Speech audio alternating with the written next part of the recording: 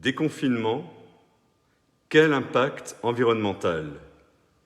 Quelles alternatives au tout jetable? Nous recevons aujourd'hui, ce soir, pendant 50-55 minutes, Simon Baumert. Simon Baumert est le cofondateur de Zéro Déchet Strasbourg. Et vous verrez donc, vous allez l'entendre, il a amené énormément d'objets jetables, pas jetables, enfin il va nous expliquer tout ça en détail. Ce sera un peu comme à Télématin, ce sera un peu comme au dossier de l'écran pour les plus anciens. Et pour les plus jeunes, ce sera Canal+. Et je remercie également l'illustratrice, dessinatrice Virginie Umbrecht, qui a fait des dessins vraiment qui sont liés à cette rencontre, qui vont défiler pendant tout le débat. Et remercie également le Club de la presse Strasbourg-Europe, qui est à l'origine de cette rencontre. Simon, c'est à vous. Merci. Alors oui, c'est vrai que dans la situation actuelle qu'on a vécue par rapport à la pandémie du Covid, il y a eu de nombreux bouleversements qui sont intervenus. On a tous été un peu sonnés par cette situation et on a tous adopté des comportements qui souvent étaient éloignés de ce qu'on faisait. Première chose, j'ai une pensée pour tous les décideurs politiques, pour tous les décideurs économiques qui ont dû, dans l'urgence, prendre des décisions parfois difficiles et malheureusement qui souvent allaient dans le sens du jetable. La première décision, ça a été évidemment la question des masques, où on a tous, au début, eu à porter des masques jetables.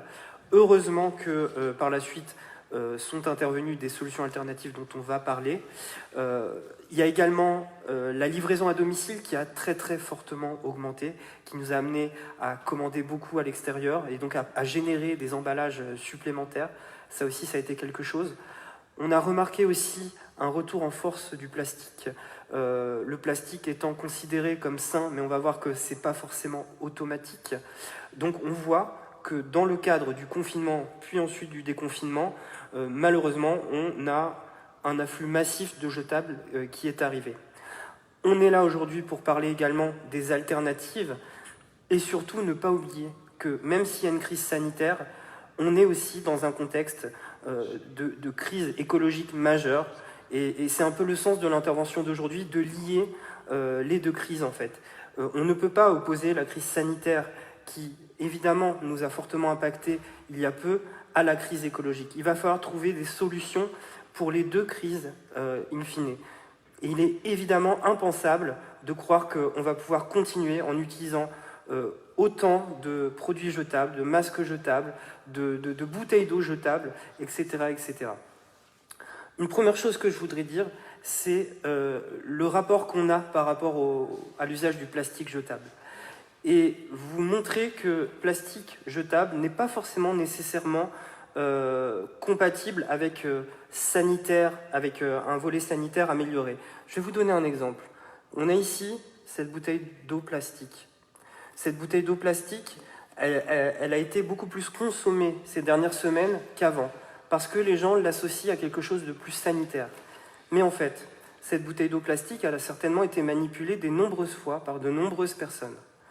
Or, je prends mon alternative, la gourde, une gourde que vous allez remplir chez vous, que vous allez manipuler, où il n'y a que vous qui l'ayez manipulée, vous allez la consommer et elle est plus saine au final que d'utiliser une bouteille plastique qui a souvent été manipulée par le vendeur, peut-être par d'autres clients, etc., etc. Donc voilà, le message à faire passer, c'est plastique ne veut pas forcément dire sanitairement sain. Il y a évidemment des cas où le plastique peut être nécessaire, notamment pour certains masques spécifiques, par exemple, des masques dans les hôpitaux, etc. Mais il y a des alternatives au plastique, et notamment, je vais vous en présenter une, on en a beaucoup parlé, c'est évidemment le masque réutilisable. Ce masque réutilisable, évidemment, il est fait de manière artisanale. Par exemple, là, c'est ma mère qui l'a fait. Il n'a pas vocation à remplacer les masques d'hôpitaux FFP2 ou FFP3. Par contre, par rapport à un masque chirurgical, donc qui ne sert qu'à éviter de contaminer les autres, il fait parfaitement l'affaire. Et c'est très important de le dire. Par rapport à cela, je voudrais vous dire aussi que le fait que Strasbourg ait décidé d'offrir à ses habitants des masques réutilisables, c'est quelque chose qui va dans la bonne direction. Alors évidemment, ils sont fabriqués au Pakistan, mais c'est quand même déjà une première évolution. Donc ça, c'est quelque chose de très positif. Ensuite, je voudrais vous parler de quelque chose d'important, c'est les emballages alimentaires. Ces emballages alimentaires, ils ont fortement augmenté pendant la crise. Évidemment, puisque tous les restaurants étant fermés, les gens ont beaucoup commandé à emporter. Il est illusoire de croire qu'on va pouvoir continuer à consommer toute la vente à emporter dans des sachets plastiques, dans des emballages plastiques, etc., etc. Et de ce point de vue-là, je ne peux que vous inviter à être proactif dans les changements qui vont devoir intervenir dans ce qu'on appelle le monde d'après. Je vais vous donner un exemple. Vous avez là sous les yeux un tupperware. Vous pouvez très bien demander gentiment à votre restaurateur de mettre la nourriture dans ce tupperware-là. Ça peut être une solution qui est à envisager. Il faut imaginer, c'est que, avant même la crise, on avait une quantité de déchets astronomique. On produit plus de 470 kg de déchets par an et par habitant. Est-ce que vous pouvez imaginer que c'est plus d'1 kilo par jour et par habitant? C'est quelque chose d'énorme. Alors évidemment, il y a des choses qu'on ne peut pas se débarrasser, par exemple les épluchures, etc. Mais il y a dans ces déchets-là une énorme quantité qui est simplement composée de publicité, d'emballage et de déchets qu'on pourrait éviter. Il faut savoir que, par exemple, il y a certaines villes qui se sont engagées dans des démarches de réduction des déchets, et ces villes-là, avec les mêmes habitants, ils sont passés parfois de 500 kg à 100 kg qui sont mis en incinération. Donc il faut imaginer qu'il y a un potentiel énorme de baisse. On pourrait imaginer qu'en France, on est un pays qui est, on va dire, extrêmement positif sur la gestion des déchets. Mais non, malheureusement, on se situe dans le milieu, on va dire, des pays européens en termes de production de déchets. On n'est ni très mauvais, mais on ne peut pas dire qu'on soit bon. On va vous interrompre au fur et à mesure de cette belle conversation parce que nous recevons énormément de messages. Vous êtes très très nombreux, vous êtes déjà plus de 200-300 à nous regarder. Pour les masques reçus de l'Eurométropole, j'ai lavé le mien une fois et il est fichu. Élastique cassé, tissu déchiré, c'est dommage. Pour les masques. Ensuite, il y a une question sur la gourde filtrante, qui est encore mieux. Voilà. Alors oui, il existe beaucoup de dispositifs. On a en effet les gourdes filtrantes, on a les filtres Brita, par exemple, etc. Moi, on n'a pas de regard extérieur, si ce n'est de dire que le pire étant d'utiliser de l'eau dans des bouteilles en plastique, pour plusieurs raisons. Parce qu'on pourrait se dire par exemple que de l'eau de source va être de meilleure qualité que l'eau de Strasbourg, parce qu'on sait que l'eau de Strasbourg elle est traitée, etc., etc. Mais ne jamais oublier, c'est que quand on met de l'eau dans des bouteilles en plastique, il y a des molécules plastiques qui vont se retrouver dans l'eau et qu'ensuite vous allez ingérer. Donc j'ai envie de dire, à vous de faire votre expérience. J'ai entendu parler que par exemple des gourdes filtrantes, on enlève un peu le goût de l'eau. Par contre sur le côté qualitatif de l'eau, on n'a pas suffisamment de recul. Ne pas oublier, c'est qu'on ingère l'équivalent d'une carte de crédit de plastique par semaine en moyenne. C'est une étude WWF qui a sorti ce chiffre-là. C'est à peu près 5 grammes. Ça se retrouve dans les emballages. Ça vient des emballages de bouteilles d'eau, etc., etc. Donc c'est une chose qui n'est pas qu'une question environnementale. C'est une question également de santé publique. Et là, on rejoint également l'aspect sanitaire. Alors évidemment, la crise du Covid nous a tous saisis, et donc on a encore beaucoup ça en tête. Mais de plus en plus, il va falloir récupérer les problématiques qu'on avait avant, et notamment les questions de santé publique par rapport à l'usage massif du plastique. Beaucoup d'internautes nous disent évidemment le monde a été mis entre parenthèses pendant 3 mois. Une dame nous dit « j'ai les mêmes boîtes ». Plus sérieusement, certains commerçants n'acceptaient plus les contenants des clients pendant plusieurs semaines. J'ai moi-même l'expérience d'une boucherie de grande surface où on nous emballait, on suremballait la viande. On ne pouvait pas prendre les morceaux sans plastique. Donc on emballe de plus en plus pour protéger. Est-ce que vous espérez que ces gestes ne vont pas rester? Qu'est-ce qui va se passer avec ces gestes protecteurs sanitaires? Alors justement, on est à un moment crucial. On a été dans l'urgence et on peut comprendre qu'il y ait eu des décisions qui ont pu paraître les plus protectrices sanitairement qui ont été prises. Par exemple, ne plus accepter des contenants réutilisables dans les supermarchés, etc., etc. Il va falloir maintenant mettre en place des processus pour pouvoir recommencer à être vers du réutilisable. Ça veut dire que, par exemple, on peut imaginer des systèmes de lavage, par exemple pour des systèmes de consignés dans la restauration. On a par exemple à Strasbourg Pur, etc., qui offrent des bocaux réutilisables. On les ramène, ils sont lavés, etc., etc. Donc il va falloir réfléchir au cas par cas, avec un peu plus de recul qu'on a pu le faire. Par exemple, si on parle du boucher ou si on parle du boulanger ou autre, il a certainement pris cette décision parce qu'il voulait aussi montrer qu'il faisait quelque chose de correct d'un point de vue sanitaire, mais on n'a pas du tout de recul sur le fait que utiliser des contenants réutilisables est plus mauvais au final que d'avoir des emballages qui sont manipulés plusieurs fois par les personnes. Donc il faut prendre un peu de recul, réfléchir, et c'est ce qu'on demande un peu aux décideurs politiques et économiques. C'est se dire, ok, il y a des décisions qui ont été prises dans l'urgence. Maintenant, on est en train de déconfiner. Et il va falloir s'adapter à la situation du Covid. Mais l'adaptation ne peut pas être d'être dans un monde du tout jetable et encore plus jetable. Donc il faut trouver des solutions innovantes. Je vais vous donner quelques exemples. Ici, par exemple, on a un pot de sucre qui est consigné, puis ensuite qui retourne au lieu de production et qui est ensuite lavé, puis re-rempli. On est vers de la réutilisation. On a aussi cette bouteille d'eau qui est également consignée. Ne pas oublier qu'on est la dernière région de France à avoir massivement encore de la consigne du verre à disposition. Et ça, c'est des gaz à effet de serre en moins, c'est sanitairement meilleur parce que le verre est un matériau inerte.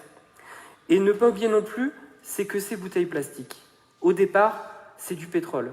Et le pétrole, c'est des gaz à effet de serre. Il ne faut jamais oublier non plus cet aspect des choses d'un point de vue écologique.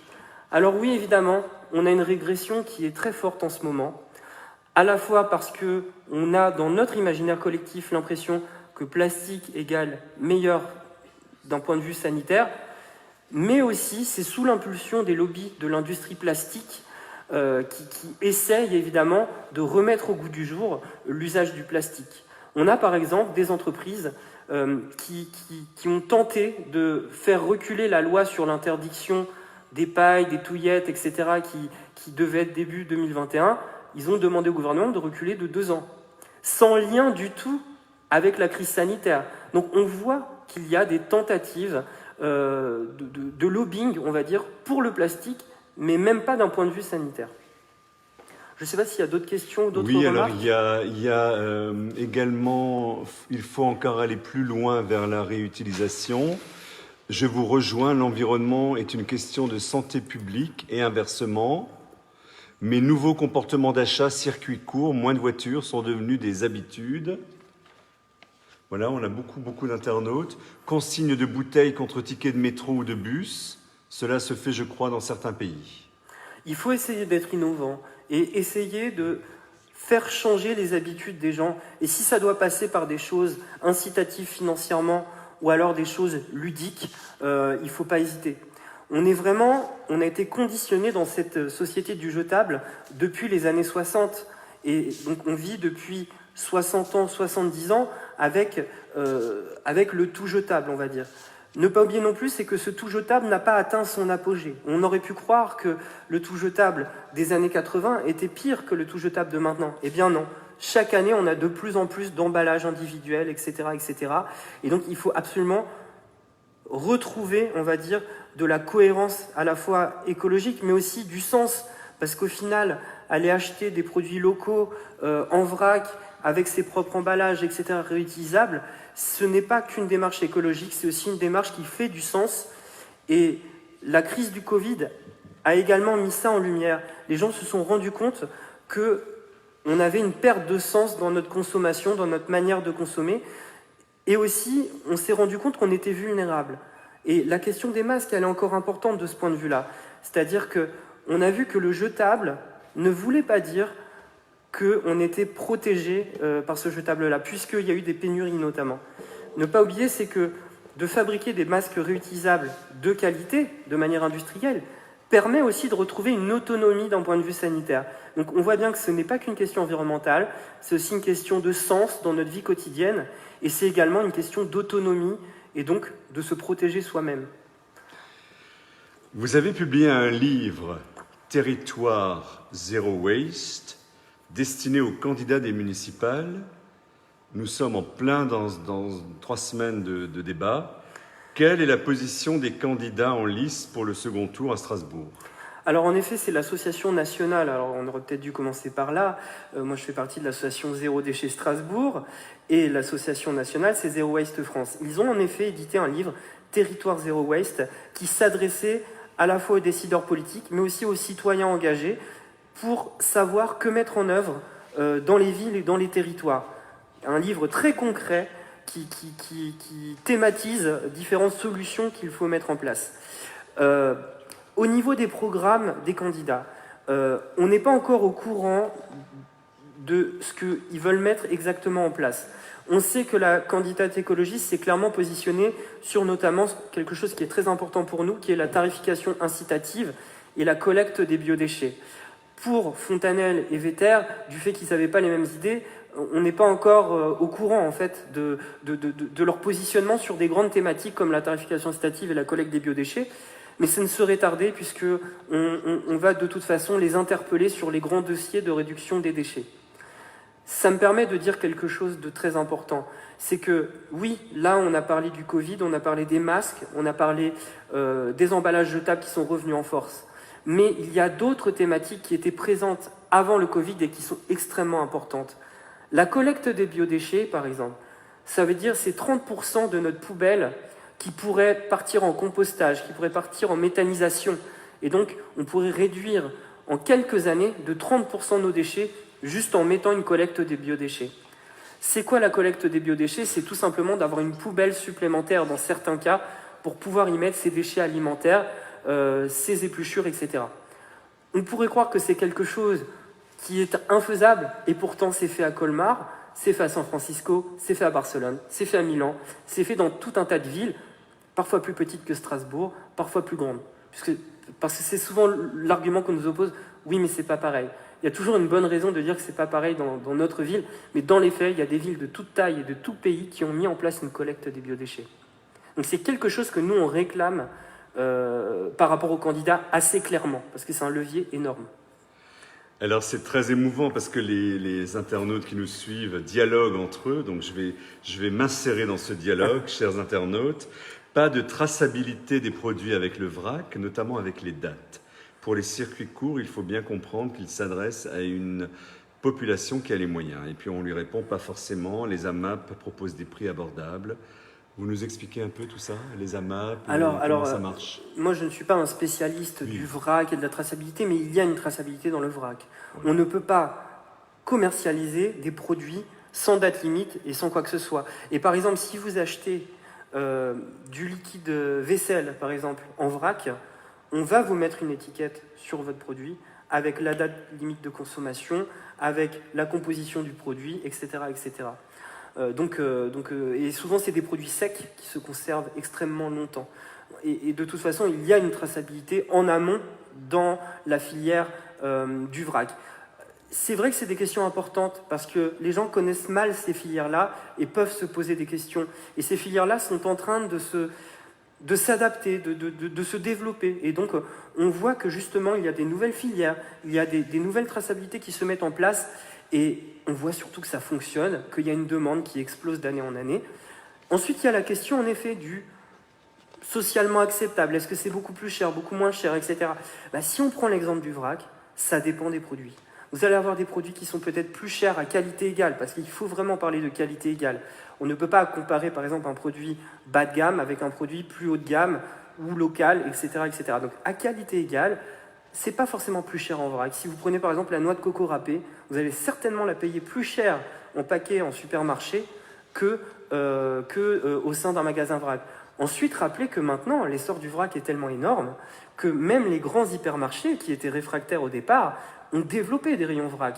Donc on voit qu'il y a une nouvelle économie qui est en train de se mettre en place. C'est normal qu'il y ait des débats, c'est normal qu'il y ait des questions, Mais ce mouvement-là ne s'arrêtera pas, c'est pas un mouvement, c'est pas une mode, c'est quelque chose qui augmente depuis 10 ans, d'année en année. Il y a encore 6-7 ans, il y avait 2 ou 3 magasins de vrac en France. On est à plus de 500 à l'heure actuelle. Donc on voit que c'est un essor énorme, et surtout la grande distribution elle-même s'adapte. Je voudrais vous dire aussi autre chose. On retrouve la même problématique par rapport au Tupperware. Au début, la grande distribution, comme les Auchan, disait « ce n'est pas possible, on ne peut pas accepter des contenants venant de l'extérieur dans nos magasins ». Eh bien, en fait, ils se sont adaptés, et si vous prenez par exemple le Auchan des Halles, il accepte les contenants réutilisables. Donc on voit que des choses qui nous paraissaient impossibles il y a encore 1 ou 2 ans deviennent possibles. Et c'est ça qui est encourageant. Évidemment qu'il y a plein de choses qui nous inquiètent, notamment sur ce retour du jetable en force. Mais il y a des dynamiques très fortes qui étaient présentes avant le Covid et qui seront présentes à la suite de cette crise-là et dans le déconfinement. Donc je voudrais surtout m'adresser à ceux qui ont des craintes d'un grand retour en arrière. Évidemment qu'il y a des... On le voit, hein, il y a eu des retours en arrière sur les emballages, etc. Mais il y a quand même un mouvement de fond qui se met en place. Et surtout, le client, le consommateur, le citoyen réclame des nouvelles manières de consommer. Et là, on peut s'adresser à tous les décideurs politiques et économiques. Il faut qu'ils prennent le chemin de ces nouvelles envies, de ces nouvelles tendances qui sont là et qui, certes, ont été freinées là temporairement par la situation que nous vivons, mais qui sont des tendances extrêmement fortes qui dépassent la crise sanitaire. Oui, alors tous les commentaires de ceux qui nous suivent vont un peu dans votre sens, en parlant de bon sens. Hein. On parle souvent de bon sens. À quoi sert-il d'avoir 200 références de produits de nettoyage quand on peut tout faire avec du savon de Marseille, par exemple? Et on va en parler. Ça, c'est un exemple. C'était pas un bon exemple, d'ailleurs. C'est un savon liquide qui va durer peut-être 1 mois, 3 semaines. Enfin, en tout cas, il va durer beaucoup moins longtemps qu'un savon solide. Mais un savon solide, c'est pas forcément quelque chose qu'on achète dans une boutique bio ou dans une boutique vrac. C'est quelque chose qu'on peut acheter en supermarché. Et comme l'a dit la personne qui a commenté, vous achetez un savon de Marseille, il lave aussi bien, et voire même il est moins nocif que les produits utilisés pour la composition de ce produit. On voit qu'on supprime un emballage, qu'on retrouve souvent des compositions de produits plus simples, plus saines, et c'est quelque chose d'important. Donc les savons solides, il ne faut vraiment pas hésiter, ça permet d'éviter tout un tas de déchets. Ensuite, je creuse un peu dans la poubelle que j'ai composée. Voilà, un autre exemple, les serviettes jetables. Alors, évidemment, dans la restauration, ça demande de l'adaptabilité, puisque certains restaurateurs vont dire « oui, mais on va me piquer mes serviettes, etc. etc. » Mais il y a quand même beaucoup d'endroits où on pourrait supprimer les serviettes jetables et tout simplement utiliser des serviettes lavables. On les lave, elles sont propres, elles sont saines et on peut les réutiliser. Donc, ne pas sous-estimer les possibilités que l'on peut faire à la fois dans le monde de la restauration, mais aussi dans notre vie quotidienne à nous, tout simplement. Je vais creuser encore dans ma poubelle. Ah, un grand classique, le gobelet. On ne dira pas d'où il vient. Le gobelet jetable. Alors bien, vous voyez, il y a un entourage qui est en papier. Mais l'intérieur, il y a une molécule plastique, une pellicule plastique, qui fait que ce gobelet qu'on pourrait croire recyclable ne l'est pas. Donc c'est des choses simples dans les entreprises. Souvent, la question des machines à café et des gobelets jetables pose plein de questions et on a souvent des côtés réfractaires à l'utilisation de gobelets réutilisables, pourtant avec un peu d'adaptation, avec un point d'eau notamment, c'est important d'avoir un point d'eau quand on veut supprimer les gobelets jetables, on peut tout à fait se débarrasser des gobelets jetables. Et ça, c'est des millions, même à l'échelle française, c'est des milliards de gobelets qui sont utilisés chaque année. Donc on voit qu'on a des solutions, on n'a pas une solution, il faut réfléchir à chaque cas, dans son environnement, etc. Je vais vous donner un autre exemple qui, moi, m'a presque ému, on va dire. Il y a une pharmacie du centre-ville, allez, on va dire au moins le quartier, dans le quartier Gare. Ils commercialisent des huiles essentielles. Je peux vous dire que ce petit flacon d'huile essentielle, il est jetable, c'est-à-dire, voilà, on a un flacon en verre jetable, mais ce pharmacien, il a décidé de stériliser et de laver ces petits flacons d'huiles essentielles et d'eau florale Et donc, ce flacon est consigné, il est conditionné par le pharmacien lui-même, et du coup, on a du réutilisable en huiles essentielles. J'ai posé la question à ce pharmacien, pourquoi il a fait cette démarche? Il m'a dit, pour retrouver du sens dans mon travail. Il a l'impression de plus se rapprocher du travail de pharmacien tel qu'il était fait avant, à savoir les préparations de produits, le conditionnement, etc. Il m'a dit, j'ai l'impression de retrouver mon métier tel qu'il était avant, c'est-à-dire la préparation de lui-même de produits. La question, c'est pas d'avoir le but, c'est pas d'avoir un recul en arrière et de dire faut tout faire comme avant. Il faut piocher dans ce qu'on a de meilleur maintenant, et notamment parfois on peut avoir des technologies, notamment numériques, qui sont très utiles pour la logistique, le suivi, etc. Et également repiocher dans les pratiques qui étaient faites par le passé. Et ça s'applique également au milieu médical. Alors évidemment, il faut être très prudent, le milieu médical c'est un milieu particulier, mais à savoir c'est par exemple les poches de perfusion, avant elles étaient en verre et elles étaient stérilisées avec des autoclaves, etc. Et en fait on a perdu dans beaucoup d'endroits ce savoir-faire, mais on peut très bien le retrouver. Et les masques en tissu, avant dans les années 60, ils étaient beaucoup plus performants que ceux de maintenant parce qu'on avait un vrai savoir-faire sur les masques en tissu, avec des tissus spécifiques, etc., etc. On peut retrouver ces savoir-faire si on a envie de les développer, évidemment. Le bonheur du direct, il faut nommer ce pharmacien. Quel est le nom de ce pharmacien? Allez, on va lui faire un peu de pub. Quelle belle initiative de ce pharmacien. J'ai plein de flacons d'huile essentielle vide. Je peux aller en pharmacie, du coup, pour leur redonner. Il faut donner ce nom. Alors, vous devez acheter les flacons chez lui. Vous ne pouvez pas ramener les flacons venant d'ailleurs. C'est la pharmacie du Poncus, qui se trouve à quelques encablures d'ici. Voilà, donc il faut féliciter le courage et le talent et les nommer. Bravo à ce pharmacien, ça n'arrête pas. Hein. Il y a une trentaine de commentaires sur le pharmacien. On va continuer avec la force du dessin de Virginie Humbrecht. Vous allez pouvoir en parler, commenter ce dessin. 94% des estomacs des oiseaux de mer du Nord contiennent du plastique. C'est vrai que c'est un aspect, en plus, vous faites bien de me relancer là-dessus, c'est un aspect qu'on n'a pas du tout abordé, c'est que ce plastique, que ce soit les masques, que ce soit les emballages, etc., non seulement, même quand il est retraité, on a un souci avec... bien souvent, il est incinéré, première chose. Donc souvent, le plastique se retrouve incinéré. Ensuite, c'est un produit qui se recycle très mal. On a toutes les difficultés à avoir une bonne réutilisation du plastique. Il y a différents plastiques, il y a très peu de plastique qui se recycle bien. Mais surtout, ce que pointe ce dessin, c'est qu'il y a énormément de déchets qui se retrouvent dans les rivières, qui se retrouvent dans les rues, etc., et qui, in fine, vont se retrouver dans l'estomac des animaux, mais sans même l'estomac, parce que l'estomac, c'est ce qu'il y a de plus visuel, mais ils vont se retrouver dans les graisses des animaux, etc. Ces mêmes animaux que parfois nous allons consommer, et donc on va ingérer par la chaîne alimentaire du plastique. Donc on voit que c'est une question de protection de l'environnement, c'est une question de protection des animaux, mais c'est aussi une question d'autoprotection. Donc c'est vraiment quelque chose d'extrêmement important.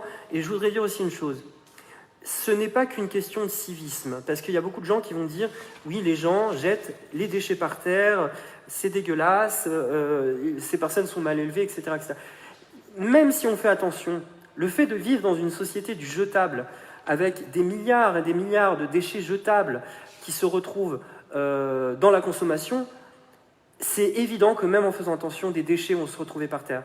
Donc c'est avant tout réduire notre dépendance au jetable pour réduire, on va dire, la voilure du jetable.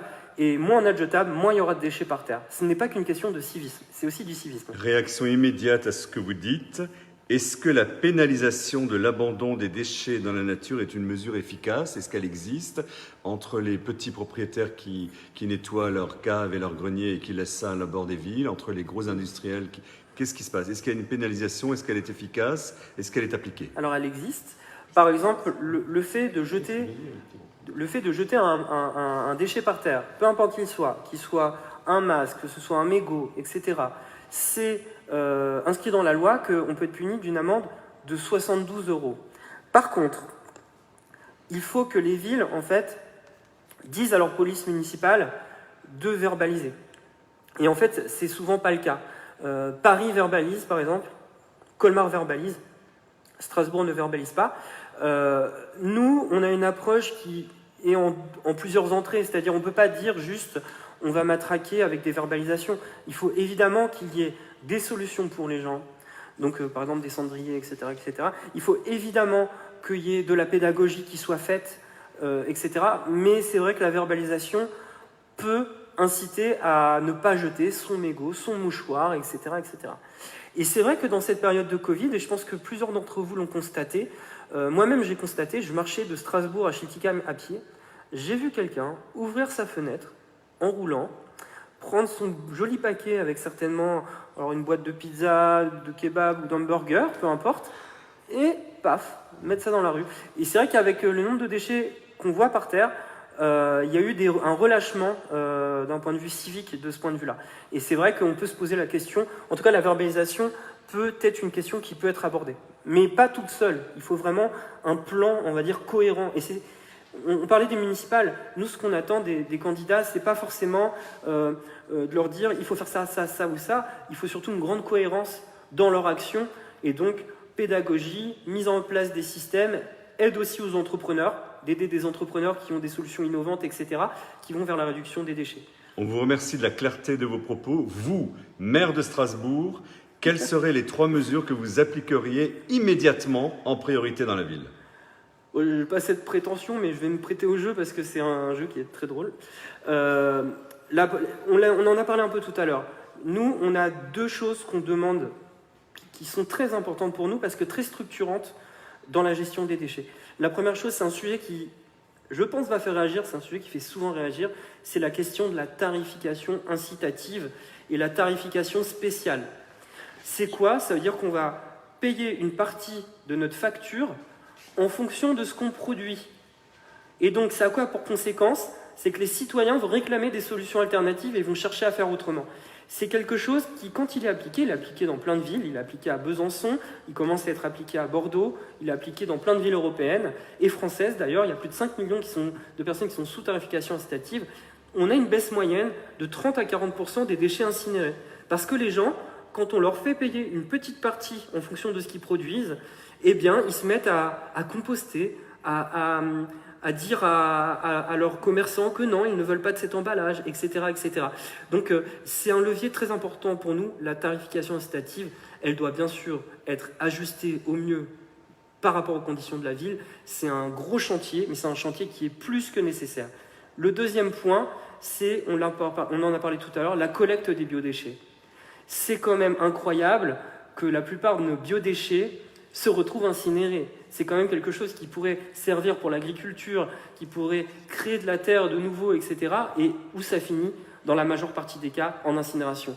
On a bien sûr des associations qui montent des composteurs collectifs ou individuels, mais c'est pas suffisant. On ne peut pas croire qu'en centre-ville de Strasbourg, on va pouvoir mettre des composteurs partout. Par contre, mettre une poubelle supplémentaire pour la collecte des biodéchets, c'est quelque chose qui se fait dans des villes qui font plusieurs millions d'habitants, des villes parfois très denses, et c'est quelque chose qu'il faut à tout prix mettre en place. Dernière mesure, si on devait en choisir une autre, ce serait un soutien massif à la création des alternatives, et donc aux entrepreneurs, ou alors même aux collectivités qui voudraient mettre en place des systèmes, par exemple, de consignes. Ça demande l'achat de laveuses, ça demande de l'investissement. Et donc un soutien massif aux entrepreneurs, c'est quelque chose de très important. Oui, alors toujours dans l'histoire de la collecte et l'histoire du dépôt des déchets, on note aussi des personnes qui versent leurs déchets dans la nature pour éviter de trop payer. Qu'en pensez-vous ? Oui, on rejoint la question également de la sanction. Les villes, souvent, qui mettent en place les tarifications incitatives, il y a parfois des tentatives qui sont très vite abandonnées souvent. C'est juste au début qu'on met en place la tarification incitative. Il y a parfois des tentatives, en effet, de disséminer ces déchets pour payer moins cher. Je ne vous cache pas que souvent les gens arrêtent parce qu'ils se rendent compte qu'en fait c'est juste quelques euros dans l'année. Et surtout, il y a souvent des sanctions qui sont mises en place et ce phénomène qui existe beaucoup au démarrage est fortement jugulé. Alors je sais que souvent c'est un sujet qui fait beaucoup réagir, il y a beaucoup de personnes qui sont d'accord, pas d'accord, etc., qui prennent leurs exemples, qui entendent parler d'exemples qu'ils ont eus. L'ADEME, qui est l'agence de maîtrise de l'énergie, qui a étudié ce phénomène-là, est très clair sur cette question-là. C'est un phénomène qui se passe au tout début, mais ensuite qui est jugulé, et surtout les gens prennent des habitudes qui sont autres. Très peu sont les personnes qui vont faire la démarche d'aller mettre ces déchets ailleurs. Ça peut arriver, mais c'est extrêmement rare et ça n'arrive souvent qu'au début. Et ça, vous pouvez vous renseigner sur le site de l'ADEME, l'Agence de maîtrise de l'énergie. Ils ont fait une étude sur des centaines et des centaines de collectivités et c'est le bilan qu'ils ont fait. Ils en tirent un bilan extrêmement positif. Alors une question qui revient sans cesse, comment appliquer les mesures barrières et être éco-responsable zéro déchet? C'est là où on n'a pas forcément... c'est là où on doit faire preuve d'intelligence collective. On voit bien que, par exemple, la question des sacs suremballés, etc., pour éviter de contaminer un produit, on l'a mis en place de manière rapide, parce qu'on n'avait que ça sous la main. On a pris nos réflexes, en fait, de personnes qui utilisent du jetable. Mais on peut très bien imaginer des systèmes différents. Je n'ai pas forcément, moi, la réponse là maintenant. On n'a pas forcément collectivement encore la réponse. Le tout, c'est d'essayer de réfléchir collectivement pour mettre en place des démarches. On peut imaginer des systèmes de lavage des mains, des systèmes de lavage même des produits, etc. On peut imaginer des systèmes de consignes qui sont compatibles, en fait, avec les mesures barrières. Donc voilà, il n'y a pas de réponse toute faite, c'est du cas par cas. Je me garderai bien de dire qu'il faut faire ça ou ça. C'est un sujet éminemment technique et surtout, la question qu'on doit se poser, c'est comment faire autrement dans ce contexte. Il ne faut pas foncer tête baissée vers nos habitudes qu'on avait avant et qu'on remet au goût du jour en utilisant beaucoup plus de plastique et de jetables. Donc, essayons surtout de réfléchir autrement. Il y aura certainement des solutions qui vont se dégager de tout ça. Et c'est ça l'important. Dans la lignée de ce que vous dites, il est important d'éviter la vaisselle à usage unique dans les cantines. À Strasbourg, on passe à la vaisselle réutilisable. Les restaurants d'entreprise, les hôpitaux. Avoir un plat dans un emballage plastique pelliculé n'est pas synonyme d'hygiène. Tout à fait, et surtout qu'on en a parlé, on a les phénomènes de perturbateurs endocriniens avec les contaminations en plus via le plastique. Mais en effet, moi je reprends l'exemple de ma bouteille d'eau. Ma bouteille d'eau, là, on pourrait la croire saine, mais si elle a été manipulée par 4-5 personnes avant, tout simplement, elle n'est pas plus saine qu'une gourde ramenée par un enfant. Donc, il faut s'enlever de la tête que l'emballage jetable unique est forcément synonyme de mieux-disant sanitaire. C'est parfois le cas, c'est parfois pas le cas du tout. Et pour les cantines, Strasbourg s'était engagé à supprimer les barquettes plastiques pour les remplacer par des bacs inox. Évidemment, dans cette crise, c'est les pique-niques sortis du sac avec les paquets de chips, les sacs plastiques, etc. On espère évidemment que très rapidement, on va continuer à aller vers ces phénomènes qui sont très intéressants de réutilisation à une échelle importante. Ne pas oublier, c'est que les barquettes plastiques, c'est plus d'1 million de barquettes par an, rien qu'à Strasbourg. Donc il faut évidemment pas relâcher ses efforts sur ce qui avait été enclenché avant la crise. Il ne faut pas qu'on se laisse embarquer par cette crise en ayant une régression écologique majeure. Parce que ne pas oublier, c'est que s'il y a régression écologique, ça va nous revenir en boomerang sous forme de crise sanitaire également. Donc on l'a dit tout à l'heure, le but c'est pas de mettre en opposition crise sanitaire et crise environnementale, il faut évidemment trouver des solutions qui conjuguent les deux. On ne dit pas que c'est simple, mais il faut surtout, et là j'en appelle aux élus, aux décideurs, se poser la question, se poser 2 minutes et se dire « Ok, on a fait ça dans l'urgence, mais qu'est-ce qu'on peut trouver comme système pour faire autrement ?» Oui, il y a toujours les questions aussi sur les ventes sur place, c'est toujours dans la même ligne, les ventes sur place avec les produits à emporter en plastique. On a vu ça de façon effarante à Strasbourg ces dernières semaines, au-delà de toute logique et de toute conscience. Tous ces lieux devraient proposer de la vaisselle réutilisable, peut-être des consignes, ce qui commence à se faire dans les marchés de Noël, évidemment en Allemagne, qui commence aussi à Strasbourg, mais c'est vrai que c'est un nouveau travail à faire.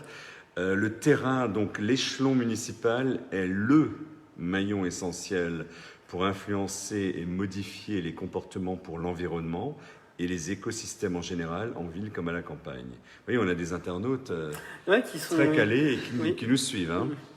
Et qui doivent suivre la campagne municipale aussi également. Oui, oui, l'échelon municipal il est extrêmement important parce que c'est un échelon, comme l'a dit cette personne, d'écosystème sur un territoire assez resserré. Et donc, il y a beaucoup de solutions qui peuvent se faire à l'échelle municipale. Par contre, c'est vrai qu'il n'y a pas que l'échelle municipale. Par exemple, on parle de la réparation. Et c'est vrai que parfois, réparer ses chaussures, par exemple, est plus coûteux que d'en acheter une nouvelle. Si on prend l'exemple de la Suède, ils ont mis une TVA à taux zéro sur le secteur de la réparation, qui permet de réduire cet écart de prix. Ensuite, Il y a la lutte contre l'obsolescence programmée, dont on n'a pas parlé, mais c'est quelque chose d'important. Pourquoi une machine à laver, il y a 30 ans, durait 10-15 ans, et pourquoi maintenant une machine à laver va durer 4-5 ans? Et ça, on peut l'appliquer évidemment au téléphone, on peut l'appliquer à tout un tas d'objets électroniques. Donc il faut qu'il y ait des décisions au niveau national qui structurent ça. Pourquoi pas des interdictions? Interdiction de mettre sur le marché des produits qui ont une durée de vie trop faible, etc. On peut aussi interdire certains matériaux. Et après, à l'échelon local, il faut évidemment faire des efforts sur les propositions. Je vais citer juste un exemple.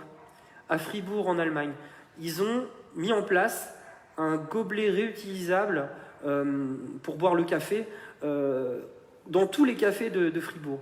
Donc en fait, vous payez une caution de 1 €, vous allez dans un café par exemple quelconque, vous buvez dans votre verre réutilisable qui est souvent d'ailleurs isotherme en plus, et puis vous pouvez le rendre dans un autre café. Et tout le monde joue le jeu et ça se passe très bien. Et ça veut dire quoi? C'est des millions et des millions d'usages uniques en moins. Et c'est géré parce que c'est lavé, etc. On est sur des processus qui sont gérés. Donc ce qu'il faut comprendre, c'est qu'à l'instant T, évidemment qu'on ne peut pas tout changer. Mais en adaptant les choses, en investissant, en allant vers des systèmes de réutilisation, de consignes. Et je vais vous citer un autre exemple local. Ce bac de sucre, il est réutilisable. Alors je vais vous dire, il est conditionné, j'essaie de retrouver, je crois que c'est à Loupstein. C'est Moulin des Peupliers qui fait ça. C'est local. Et vous pouvez acheter du sucre, vous pouvez acheter des lentilles, vous pouvez acheter tout un tas de produits en bocal consigné. Vous n'avez pas à vous embêter, vous ramenez votre bocal, vous le donnez au magasin et vous en prenez un nouveau. C'est encore une initiative locale qui existe. C'est commercialisé notamment à la Maison Vitale. Ce que je veux dire par là, c'est que parfois on a l'impression que les solutions ne sont pas là, mais en fait, sur le territoire et rien qu'au niveau de Strasbourg, ça foisonne de nouvelles initiatives, parfois plus anciennes. On va parler de cette bouteille Carola consignée, par exemple, qui consigne depuis le début, en fait. Les bouteilles consignées, ça existe depuis les années 1880, 1900, et c'est quelque chose qui est à la fois ancien, mais n'a jamais été aussi actuel que maintenant. C'est 90% de gaz à effet de serre en moins par rapport à des bouteilles en verre non consignées, et c'est un gain environnemental tout de même par rapport au plastique. Et surtout, on évite de disséminer du plastique un peu partout. Des sociétés se sont parfois mis à faire des masques réutilisables. On a par exemple Labonal qui s'est mis à faire des masques réutilisables. Alors évidemment, ça coûte parfois un peu plus cher, surtout quand c'est fait dans l'urgence et quand c'est pas fait de manière massive. Mais par exemple, il y a l'université de Haute-Alsace qui se fournit maintenant chez Labonal par rapport à l'utilisation de ces masques. Donc on peut retrouver du sens même dans des choses organisées à l'échelle de collectivités ou d'entreprises ou d'écoles.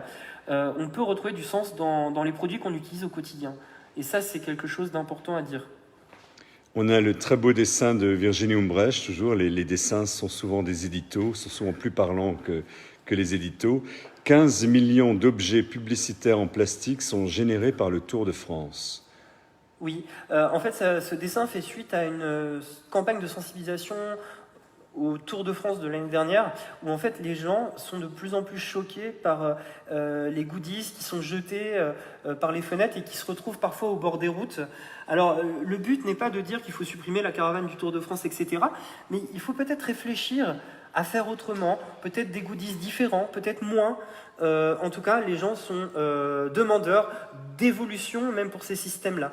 On peut parler également des gobelets jetés par les coureurs, et on peut parler du sport en général, le sport notamment de haut niveau, les marathons, etc., où on doit aller également vers une prise en compte de l'environnement, d'autant plus que le sport est quand même souvent, on le rattache ça à la santé, on rattache ça au mieux vivre, etc., eh bien, il faut que toutes ces compétitions sportives, notamment de haut niveau, mais pas forcément de haut niveau, soient adaptées pour faire du sport de manière sobre. Et je ne peux que vous inviter à regarder les solutions mises en place par Zero Waste France par rapport au sport. Il y en a plein. Ça peut être des gobelets réutilisables, ça peut être aussi des goodies utiles. À quoi ça sert de collectionner les t-shirts chaque année, toujours le même, etc. On peut penser à des objets différents d'une année sur l'autre. Bref, on n'a pas forcément, nous, les solutions là, mais il faut que ces structures réfléchissent à faire autrement et être plus sobre. C'est pas qu'une question environnementale, c'est aussi une demande. Et moi, c'est ce que je dis à ces structures qui parfois certaines sont très volontaires et vont très loin, d'autres un peu moins. Aux structures qui sont un peu moins volontaires, je leur dis, mais vous savez, c'est pas qu'une question d'environnement, c'est une question de demande sociale. Les gens sont de plus en plus choqués, une plus grande part de la population est de plus en plus choquée par le foisonnement d'objets un peu inutiles qu'on se retrouve à avoir dans les compétitions, mais aussi caravane du Tour de France et même globalement quand on fait ses courses en général. On arrive sur les 2-3 questions de conclusion. Le coup de pouce vélo est très incitatif. Pourrait-il s'adapter à un autre objet de notre quotidien pour lutter contre l'obsolescence programmée? C'est-à-dire, est-ce qu'on peut nous aider sur autre chose, financièrement, l'État, pour l'État, nos chaussures, je ne sais pas. Alors, ce qu'on attendrait surtout de l'État par rapport à l'obsolescence programmée, qui est un sujet extrêmement intéressant, et ils ont déjà fait des efforts. Il y a une loi sur l'obsolescence programmée qui a été faite, qui a allongé l'obligation, notamment de garantie, mais c'est de garantir la vente des pièces détachées, par exemple, de manière plus longue. Parce que parfois, on se retrouve à devoir réparer un objet. On a le savoir-faire, on a tout, on a le réparateur, et le réparateur dit oui, mais cette pièce n'est plus fabriquée. Donc il faut surtout que l'État veille à ce que soient mis sur le marché des produits réparables, des produits durables et des produits qui n'incluent pas de l'obsolescence programmée. Alors justement, voilà, là j'ai un téléphone. Ce téléphone, malheureusement, il est tout collé de partout. C'est-à-dire, on ne peut pas dévisser, par exemple, pour changer la vitre. On ne peut pas dévisser pour enlever la batterie. On sait faire des téléphones, et c'est pas forcément que le Fairphone, parce qu'évidemment, il y a le Fairphone qui est le fer de lance des téléphones équitables, puisqu'il utilise beaucoup moins de matériaux rares, et surtout, il est entièrement réparable, démontable. On peut changer juste la caméra, etc. Mais même des grandes marques savent faire des téléphones qui sont beaucoup plus réparables et beaucoup plus durables. Donc, on voit bien qu'il faut être incitatif, surtout de ce point de vue-là, et coercitif également, de ne plus mettre. De toute façon, d'une manière générale, sur les déchets, on ne devrait pas mettre sur le marché des produits qui ne sont pas réutilisables, qui ne sont pas recyclables, qui ne sont pas réparables. J'ai cité l'exemple de la Suède qui a mis une taxe à taux zéro sur le secteur de la réparation. Voilà une manière de soutenir franchement les réparateurs, les cordonniers, les spécialistes informatiques, etc., etc. pour qu'on ne se retrouve pas dans ce dilemme où on achète un téléphone neuf moins cher qu'un téléphone qu'on va faire réparer. C'est quand même assez hallucinant qu'on soit dans une société comme celle-là. Et également, il faut peut-être aussi faire payer le vrai coût écologique des objets comme les matériels informatiques. Donc il faut à la fois baisser les prix sur la réparation, etc., et peut-être augmenter les prix, ou du moins augmenter les prix au moins pour les produits les moins valables environnementalement. Toujours autant de monde, toujours autant de questions. Ce qui est merveilleux, c'est que vos propos font débat entre les internautes qui discutent entre eux. Je trouve ça magnifique. C'est eux qui s'emparent de tout ça. 2 dernières questions avant la conclusion.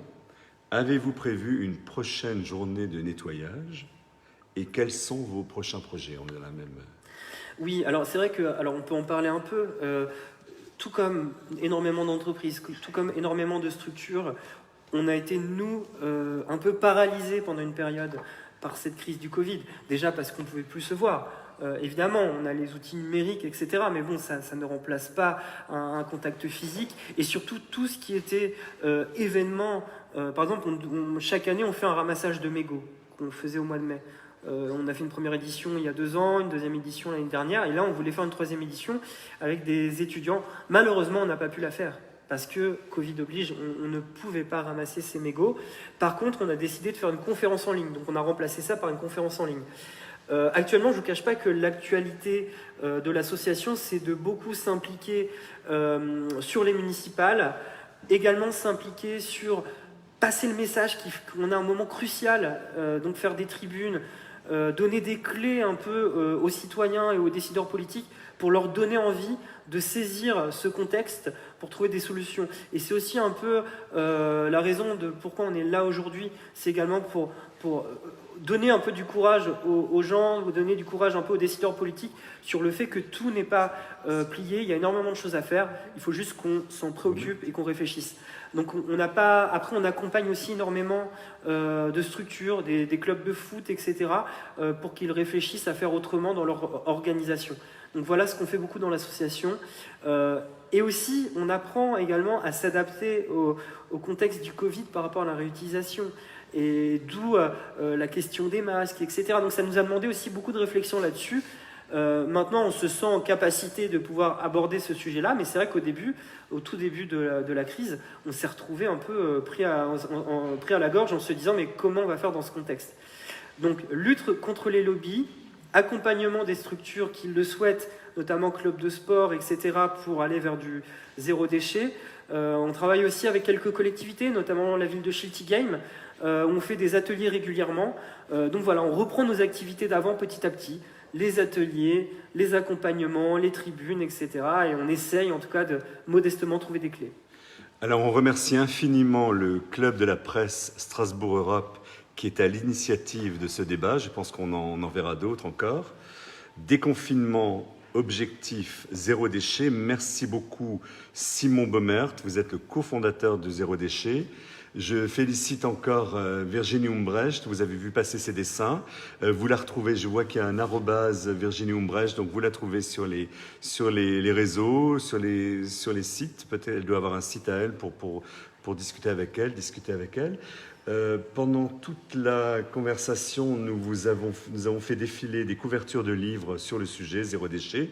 Ces livres seront disponibles à la librairie dès maintenant et nous allons récapituler toutes ces couvertures et les textes de ces livres sur notre réseau Instagram et Facebook de la librairie Kléber. Je crois qu'il y a tellement de questions, vous étiez très très nombreux ce soir, il y a plus de 100 messages, enfin c'est énorme.